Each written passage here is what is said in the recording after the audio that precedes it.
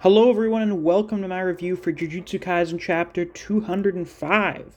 Before we get into this week's chapter, as always, be sure to like and subscribe if you hadn't already.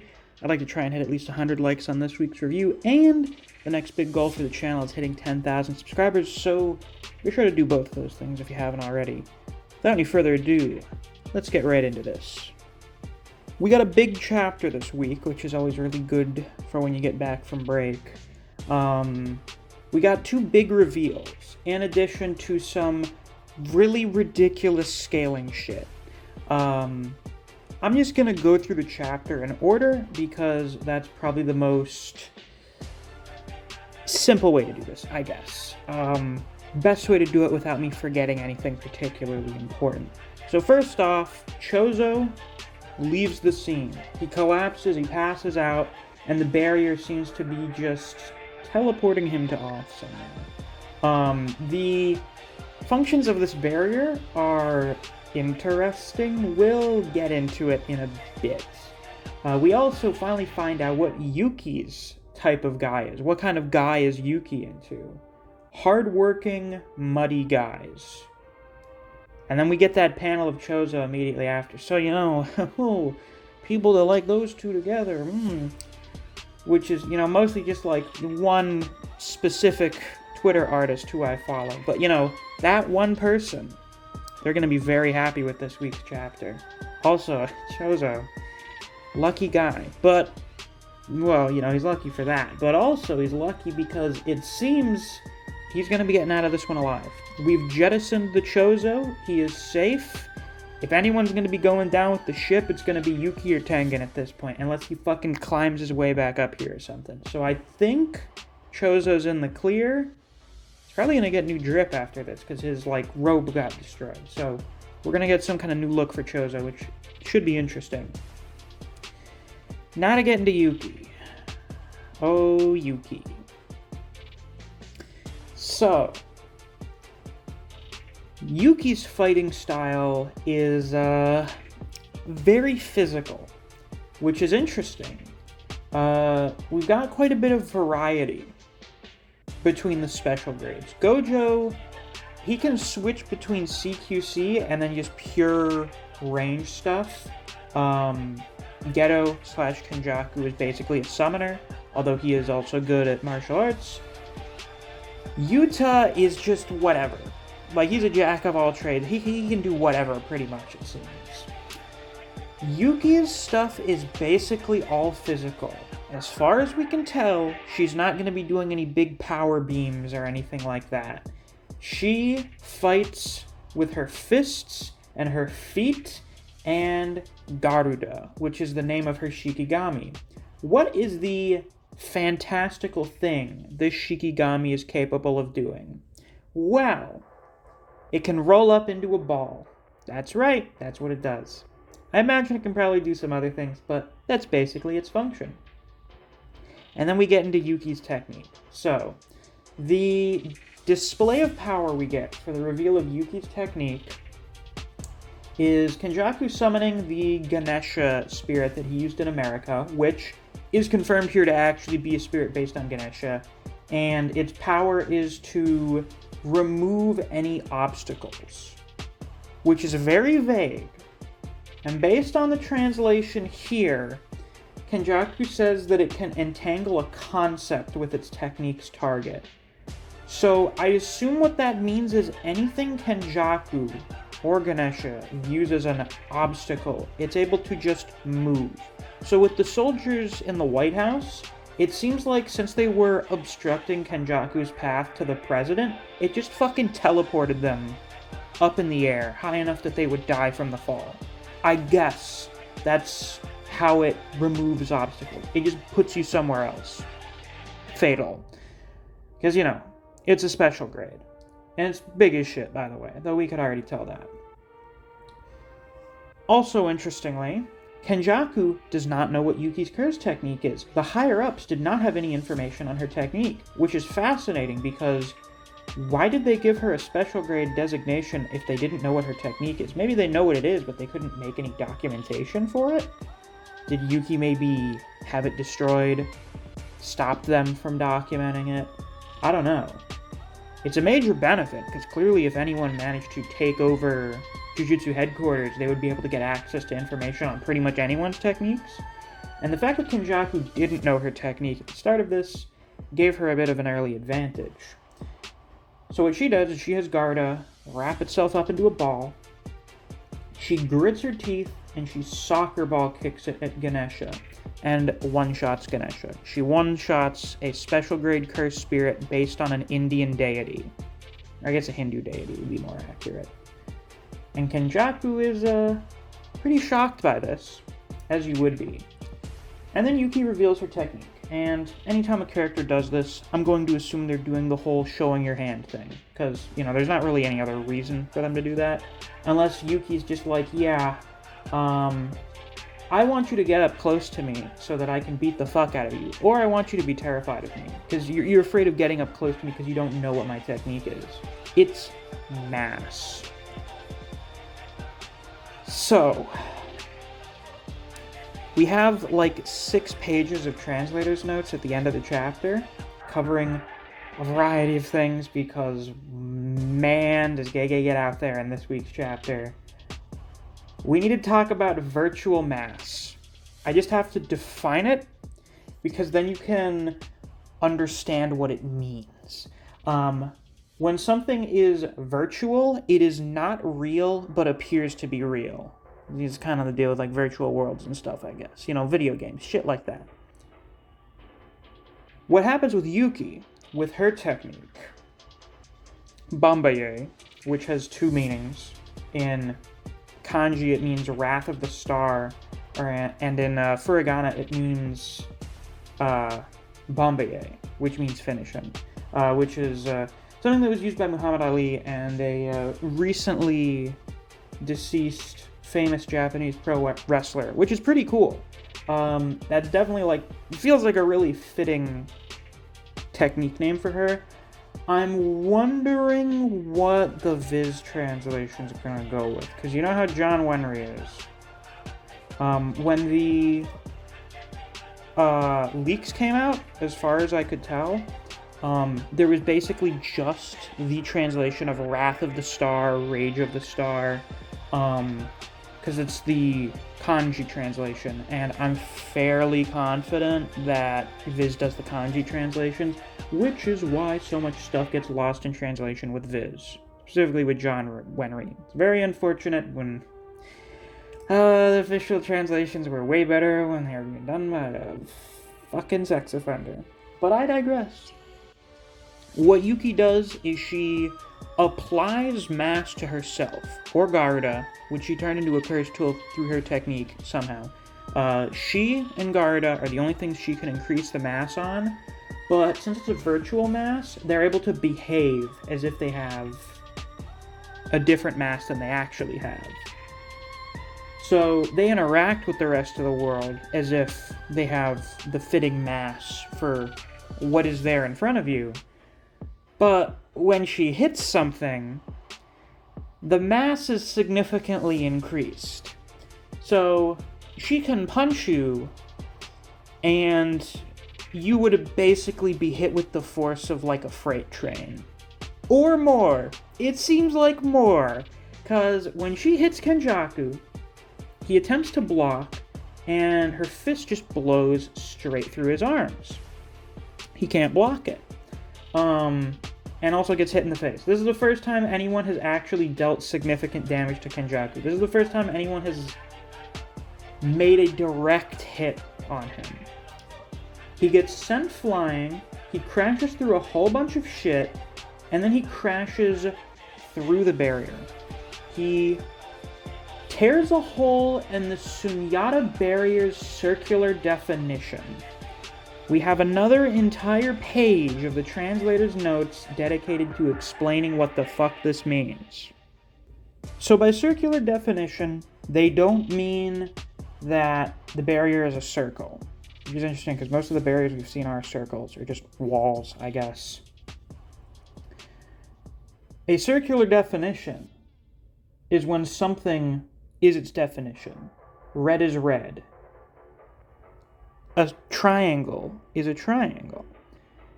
And it seems like what they did here with this barrier is that it is a Sierpinski triangle, a recursion in fractals.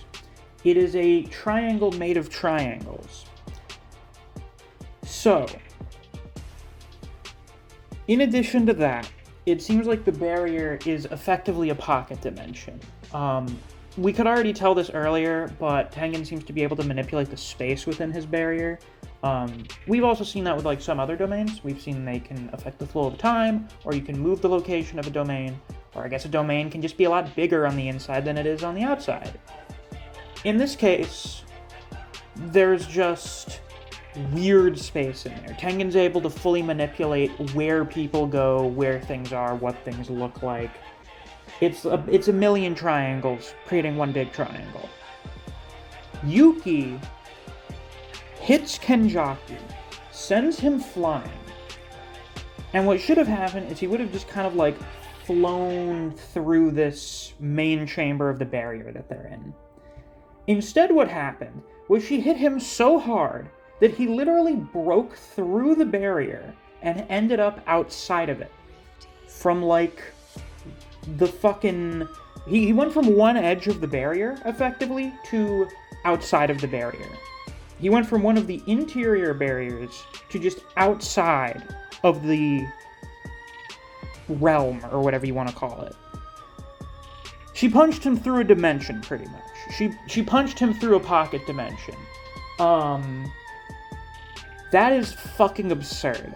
That is absolutely ridiculous. And we know this is how it happened. We know this is how it worked. He didn't hit a wall in a traditional sense. He hit a part of the barrier, or something inside of the barrier, and just broke through and went outside of it. Because when you look at the panel where he's broken through, you see that there is more of this space behind the crack in the barrier. There is a tree, and there is more ground behind the crack in the barrier that Kenjaku was thrown through. That's fucking insane. That is absolutely ridiculous. It's hard to say how Yuki stacks up to the other special grades. We know that she has a domain expansion. We don't see it this chapter, but we know that she has one. And we know that she knows Simple Domain. She's the one that taught it to Toto. It's hard to say how she stacks up. Because as Kenjaku describes it, her power cannot be contained by conceptual abilities. Like, Ganesha contains whatever it views as conceptually being an obstacle. The mask that Yuki uses and put onto Garuda is so immense that it cannot be contained by conceptual manipulating abilities. So I don't know if it's possible to block any of Yuki's attacks. Infinity doesn't technically block things, it just increases the space, I suppose, but it seems like that doesn't really matter that much with Bombaye. She can just punch through it. So maybe Yuki can punch through Infinity, because just the concept of Infinity doesn't apply to her technique. Until we get some more concrete examples of how this works, this technique is ridiculous because of its simplicity, which also applies to Yuta's technique, interestingly enough. It's just, oh yeah, he can just copy things unconditionally, but I guess now using them has a 5-minute time limit or something. I'm not sure if Yuki's the weakest special grade. Someone in the comment of the reaction put it well, that weakest is not really a term to use when describing whoever the least powerful of the special grades are. Their power is all so ridiculous that differences between them are almost negligible. The reason Kenjaku is so powerful is because he took a really strong special grades ability and added all of his time and experience and planning, and then also the other techniques that he seems to have on top of that. So, like, he took a special grade and then buffed them. That's why Kenjaku's stronger than Geto. And I would say Kenjaku, generally speaking, is stronger than Yuki, but Yuki is an absolute menace. And per Kenjaku's own internal questioning, he doesn't even know if it's really possible for him to beat Yuki. He doesn't know if he can kill her. He does have a solution, though, that we'll get into soon. The two of them do a lot of thinking. Big Hunter x Hunter references around here. And they both come to the conclusion that effectively, both of these people are terrible matchups for them. Like, they're awful matchups for each other. Both of them are very annoyed by their opponent. They're just a fucking pain in the ass to deal with. Yuki is absolutely cracked. Fighting her is incredibly dangerous. But at the same time, for Yuki, Kenjaku is an unknown factor. He may have more curse techniques that she's unaware of. She says that the techniques that are extracted from cursed spirits can only be used once. So theoretically, Idol Transfiguration is gone. He used it up when he activated the Culling game, which is good. It also means Kenjaku's not quite as busted as we thought, because we thought he could just take those techniques and make them his own. He basically would just be able to use Idol Transfiguration all the time now. Seems that's not the case. Doesn't make much of a difference, though, in the long run, because he may have 3 or 4 techniques. Cursed Spirit Manipulation, the Body Hopping, the Gravity thing, and maybe another thing that we're not aware of.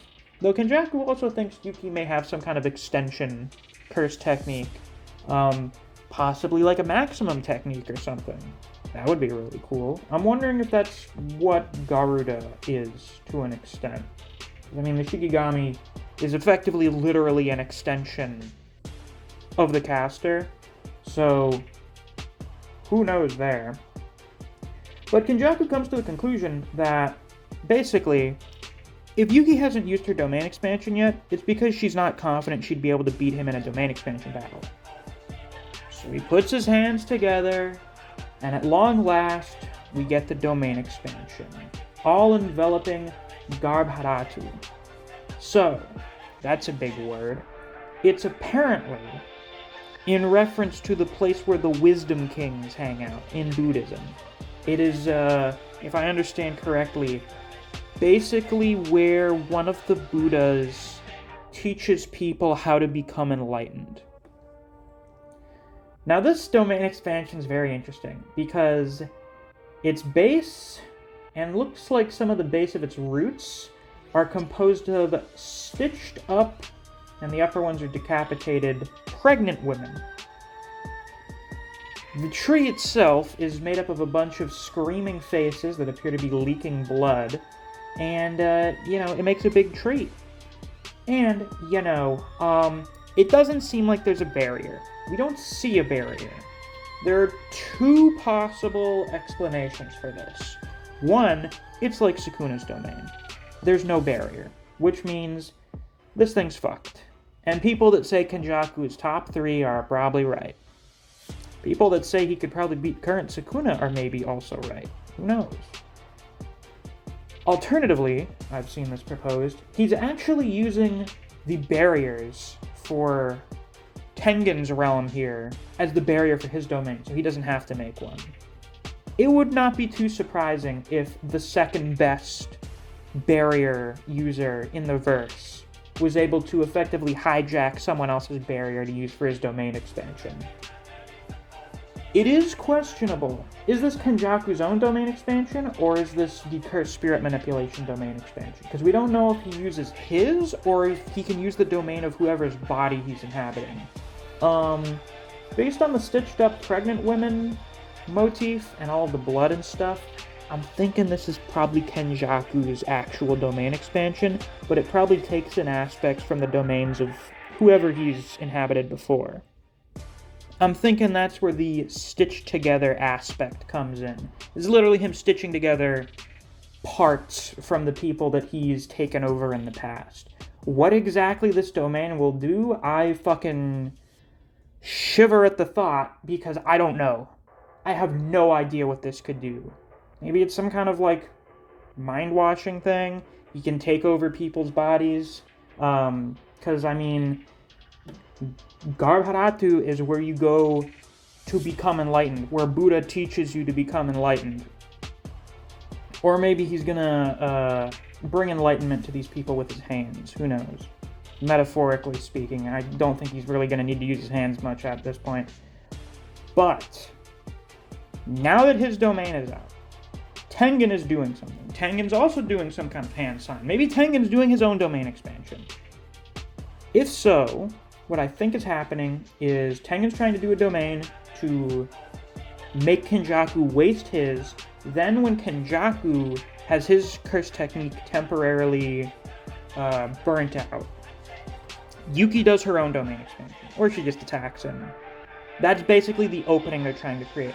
Alternatively, maybe Tengen tries to merge with Kenjaku intentionally, and take over, because not necessarily the case that if Kenjaku or anyone else merges with Tengen, that person takes control. The idea of what Kenjaku was saying is he wants to absorb Tengen through cursed spirit manipulation. He doesn't necessarily want to merge with him. If Tengen merges with Kenjaku, they may be able to take over. And who knows, maybe they can just straight up stop Kenjaku. Or, since Kenjaku's a fucking brain, and their brain seems to be powerful enough to have multiple curse techniques beyond even what should be theoretically possible, if Tengen merges with Kenjaku, there may be some kind of internal battle for supremacy, for control. And the purpose of Tengen merging with Kenjaku may be to basically make him vulnerable and say, hey, Yuki, fucking punt that thing and obliterate us. Tengen sacrifices themselves in order to take out the greatest threat to the world. Like, yeah, the barrier is really useful and all, but I don't think it's really worth having this fucking guy destroy everything. So we'll sacrifice the barrier in order to stop them. Any of these seem like fairly plausible possibilities to me. I could really see any of them happening. Hopefully Yuki survives. It would suck if she died right after her first fight, and also before getting a reunion with Todo in the present. Oh yeah, since Chozo's escaped, that means he can meet up with Todo. That'll be great. Tengen? I don't like Tengen that much. He's just kind of a dick. So, if he dies here, he dies. Whatever happens will just make things more interesting, so I'm not really concerned about him at the moment. But yeah, this was a great chapter, as you can tell, because I have not really been doing reviews that much recently, simply because I have a lot of other stuff I've been doing.